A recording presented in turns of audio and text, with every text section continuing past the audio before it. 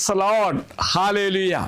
യേശുവിൽ ഏറ്റവും പ്രിയമുള്ള സഹോദരന്മാരെ, ഇന്നത്തെ വചനഭാഗം വിലാപങ്ങളുടെ പുസ്തകം 3-ാം അധ്യായം 40-ാം വാക്യം. ഈ വചനത്തിലൂടെ ദൈവം വെളിപ്പെടുത്തുന്നത്, എൻ്റെ വഴികൾ ഞാൻ പരിശോധിക്കുമ്പോൾ ദൈവം ആഗ്രഹിക്കാത്ത ഒന്നിലൂടെയാണ് ഞാൻ സഞ്ചരിക്കുന്നുവെങ്കിൽ വിലയിരുത്തി തിരിച്ചു വരണമെന്നാണ് പറയുന്നത്. വചനപ്രകാരമാണ്, നമുക്ക് നമ്മുടെ വഴികൾ സൂക്ഷ്മമായി പരിശോധിക്കുകയും കർത്താവിലേക്ക് തിരിയുകയും ചെയ്യണം. Praise the Lord. അതായത് ഒരു ആത്മ പരിശോധന നടത്തുകയും ദൈവത്തിലേക്കുള്ള ഒരു തിരിച്ചുവരവിനെ പറ്റിയുള്ള വചനമാണ്. അതായത് പ്രിയമുള്ളവരെ, നമ്മുടെ ജീവിതത്തെ വിമർശനാത്മകമായ ഒരു വിശകലനം ചെയ്യണം.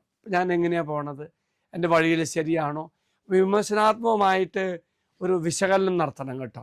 എന്നിട്ട് പറയാണ്, ദൈവത്തിൻ്റെ പാതയിൽ നിന്നുള്ള ഏതെങ്കിലും വ്യതിയാനങ്ങൾ, മാറ്റങ്ങൾ ഉണ്ടെങ്കിൽ ഞാനത് തിരിച്ചറിയണം. അങ്ങനെ ഞാൻ തിരിച്ചറിയുന്നു, എൻ്റെ വാക്ക്, പ്രവൃത്തി, ചിന്തകളൊന്നും ദൈവികമല്ല, അല്ലെങ്കിൽ കുറച്ചാണെങ്കിൽ മതി, അങ്ങനെ എനിക്ക് തോന്നുകയാണെങ്കിൽ വചനം പറയുന്നു, ഉടനെ അനുതപിച്ച് തമ്പുരാനിലേക്ക് മടങ്ങി വരണമെന്ന് ഓർമ്മിപ്പിക്കുന്ന ഒരു വചനമാണ് പ്രിയമുള്ളവരെ. നമ്മുടെ തെറ്റുകൾ അംഗീകരിക്കണം, ഒപ്പം തന്നെ ദൈവത്തിൻ്റെ തേടേണ്ട കാര്യവും ഓർമ്മിപ്പിക്കുകയാണത്. ഒരു ആത്മപരിശോധന. ഈ ആത്മപരിശോധന എന്ന് പറയുമ്പോൾ വഴികളെ പരിശോധിക്കണം. നാം വീഴ്ച വരുത്തിയ മേഖലകളെ തിരിച്ചറിയുവാനുള്ള നമ്മുടെ ചിന്തകളും പ്രവൃത്തികളെയും പ്രചോദനങ്ങളെയെല്ലാം ഏതെല്ലാം തരത്തിലാണ്, ചിന്തയാകാം, പ്രവൃത്തിയാകാം, പ്രചോദനങ്ങളാകാം, അതിനെ സമഗ്രമായി നമ്മൾ അവലോകനം നടത്തണമെന്നാണ് പറയുന്നത്. ഒപ്പം തന്നെ നമ്മൾ പരിശോധിക്കണം, അതുപോലെ തിരിച്ചു വരികയും ചെയ്യണം. നമുക്കവയെ പരിശോധിക്കാം എന്നത് നമ്മുടെ പ്രശ്നങ്ങളുടെയും തെറ്റുകളുടെയും യഥാർത്ഥ കാരണം മനസ്സിലാക്കുവാൻ എന്ത് ചെയ്യണം? അങ്ങനെ മനസ്സിലാക്കണമെങ്കിൽ ആഴമായൊരു വിശകലനം വേണമെന്ന് കർത്താവ് പറയുന്നു. കർത്താവിലേക്ക് മടങ്ങി വരാമെന്ന് പറയുമ്പോൾ സ്വാഭാവികമായിട്ടും മാനസാന്തരത്തിന് വേണ്ടിയുള്ള നമ്മുടെ ഒരു പ്രതിബദ്ധതയാണ്. അല്ലെങ്കിൽ നമ്മൾ അങ്ങനെ വന്നേ പറ്റൂ. ദൈവത്തിൻ്റെ പാത പിന്തുടരുവാൻ നമ്മൾ തീർച്ചയായും ശ്രദ്ധ കേന്ദ്രീകരിക്കുന്നു പറയുകയാണ്. Praise the Lord. അവസാനമായിട്ട് പറയുമുള്ളവരെ, നമ്മൾ തിരിച്ചറിയണം, തിരിച്ചു വരണം, മാനസാന്തരപ്പെടണം, നമ്മുടെ പ്രവൃത്തികളെ വിലയിരുത്തണം. ഒപ്പം തന്നെ ഇത് വെറുമൊരു വിലാപ പ്രസ്താവനയാകാതെ മറിച്ച് പ്രവർത്തിക്കാനുള്ള ഒരു ആഹ്വാനമായിട്ടെടുക്കണമെന്ന് വചനം പറയാണ്.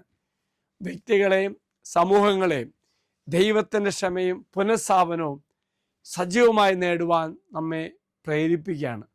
പ്രിയമുള്ള സഹോദരന്മാരെ, വചനഭാഗം ഈ പ്രഭാതത്തിൽ കേൾക്കുമ്പോൾ ചിന്തിക്കുക. എൻ്റെ പ്രവൃത്തികളെ, ചിന്തകളെ പ്രചോദനാത്മകമായ അതുപോലും ചിന്തിക്കണം.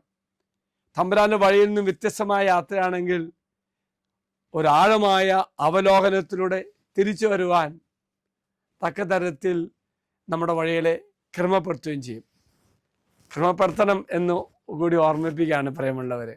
തീർച്ചയായിട്ടും ഈ ദിവസം നമ്മൾ ചിന്തിക്കുമ്പോൾ, ധ്യാനിക്കുമ്പോൾ മറക്കരുത് പ്രിയമുള്ളവരെ, വഴികൾ ചിന്തിക്കുക. തമ്പുരാൻ ആഗ്രഹിക്കുന്നതിൽ അപ്പുറമായി നാം നടക്കുന്നുവെങ്കിൽ തിരിച്ചു വരാനുള്ള കൃപ കിട്ടാൻ വേണ്ടി പ്രാർത്ഥിക്കാം. ഒരവലോകനവും ഒരു തിരിച്ചു വരും. ദൈവം നമ്മെ എല്ലാവരും അനുഗ്രഹിക്കട്ടെ എന്ന് പ്രാർത്ഥിക്കുന്നു.